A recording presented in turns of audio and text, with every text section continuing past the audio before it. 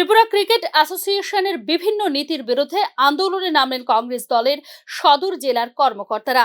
সোমবার এই কর্মসূচিতে অ্যাসোসিয়েশনের বিভিন্ন দুর্নীতির বিরুদ্ধে ক্ষোভ উগরে দিলেন কর্মকর্তারা।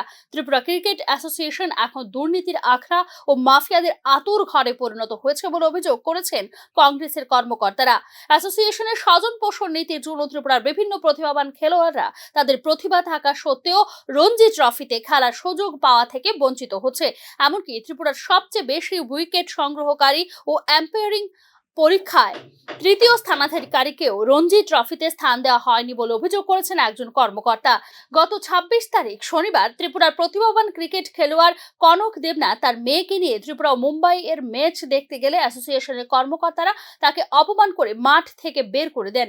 জেলা কংগ্রেসের পক্ষ থেকে এই নেক্কারজনক ঘটনার তীব্র নিন্দা ও ধিক্কার জানানো হয়। কংগ্রেসের কর্মকর্তা অভিযোগ করেছেন, বহিরাজ্য থেকে যেসব খেলোয়াড়রা রঞ্জি ট্রফিতে খেলতে এসেছে তাদের সামান্য ফুলের তোড়া দিয়ে ন্যূনতম সম্মানটুকু অ্যাসোসিয়েশনের পক্ষ থেকে দেওয়া হয়নি। ভদ্রলোকের খেলা, কিন্তু আমরা লক্ষ্য করছি টিসির মধ্যে দুর্নীতিবাজ এবং মাফিয়াদের একটা আতুর ঘর তৈরি হয়েছে।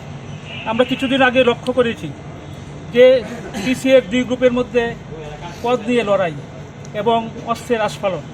আমরা লক্ষ্য করেছি যে দাদা এবং দিদির গ্রুপের মধ্যে কিভাবে রক্তক্ষয়ী সংঘর্ষ হয়েছে। এছাড়া বিভিন্ন ক্লাবগুলিতে খেলার সরঞ্জাম দেওয়ার ক্ষেত্রেও দুর্নীতির আশ্রয় নেওয়া হয় বলে অভিযোগ করেছেন কংগ্রেসের একজন কর্মকর্তা।